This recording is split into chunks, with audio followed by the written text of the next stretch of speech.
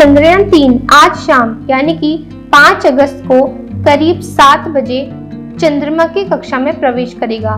यान चंद्रमा की ग्रेविटी में कैप्चर हो जाए, इसके लिए यान की स्पीड कम करनी होगी। स्पीड कम करने के लिए इसरो के बेंगलुरु हेडक्वार्टर में मौजूद वैज्ञानिक यान के थ्रस्टर कुछ देर के लिए फायर करेंगे।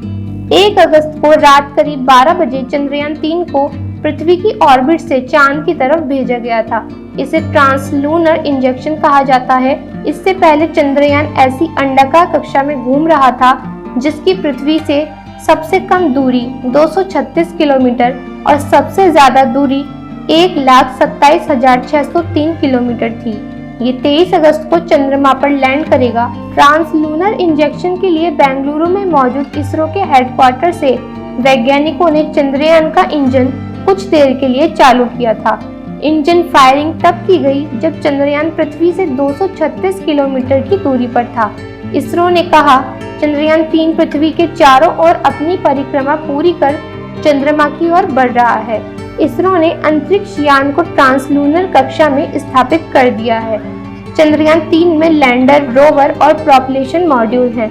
लैंडर और रोवर चांद के साउथ पोल पर उतरेंगे और 14 दिन तक वहां प्रयोग करेंगे। प्रोपल्शन मॉड्यूल चंद्रमा की कक्षा में रहकर धरती से आने वाले रेडिएशन का अध्ययन करेगा। इस मिशन के जरिए इसरो पता लगाएगा कि चांद की सतह पर भूकंप कैसे आते हैं। यह चंद्रमा की मिट्टी का अध्ययन भी करेगा। इस मिशन के जरिए भारत दुनिया को बताना चाहता है कि उसके पास चांद पर सॉफ्ट लैंडिंग करने और रोवर को वहां चलाने की काबिलियत है। इससे दुनिया का भारत पर भरोसा बढ़ेगा, जो कमर्शियल बिजनेस बढ़ाने में मदद करेगा। भारत ने अपने heavy lift launch vehicle LVM-3M4 से चंद्रयान को लॉन्च किया है। इस व्हीकल की काबिलियत भारत पहले ही दुनिया को दिखा चुका है। चंद्रमा के पोलर रीजन दूसरे रीजन से काफी अलग है। यहाँ कई हिस्से ऐसे हैं जहाँ सूरज की रोशनी कभी नहीं पहुँचती और तापमान -200 डिग्री सेल्सियस से नीचे तक चला जाता है। ऐसे में वैज्ञानिकों का अनुमान है कि यहाँ बर्फ के फॉर्म में अभी भी पानी मौजूद हो सकता है। भारत के 2008 के चंद्रयान-1 मिशन में चंद्रमा की सतह पर पानी की मौजूदगी का संकेत दिया था। इस मिशन की लैंडिंग साइट चंद्रयान-2 जैसी ही है, चंद्रमा के दक्षिणी ध्रुव के पास 70 डिग्री अक्षांश पर, लेकिन इस बार एरिया बढ़ाया गया है।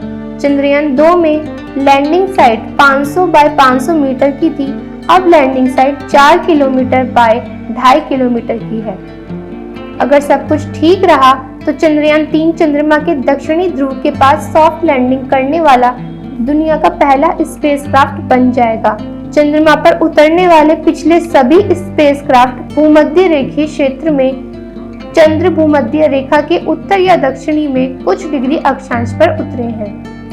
इस बार लैंडर में चारों कोनों पर लगे 4 इंजन, जिन्हें थ्रस्टर कहा गया है, लेकिन पिछली बार बीचों बीच लगा 5वां इंजन हटा दिया गया है। फाइनल लैंडिंग को इंजन की मदद से ही अंजाम दिया जाएगा ताकि 2 इंजन आपातकालीन स्थिति में काम कर सकें। चंद्रयान-2 मिशन में आखिरी समय में 5वां इंजन जोड़ा गया था। इंजन इसलिए हटाया गया है ताकि ज्यादा फ्यूल साथ ले जाया जा सके। अगर सॉफ्ट लैंडिंग में सफलता मिली यानी मिशन सक्सेसफुल रहा तो अमेरिका, रूस और चीन के बाद भारत ऐसा करने वाला चौथा देश बन जाएगा।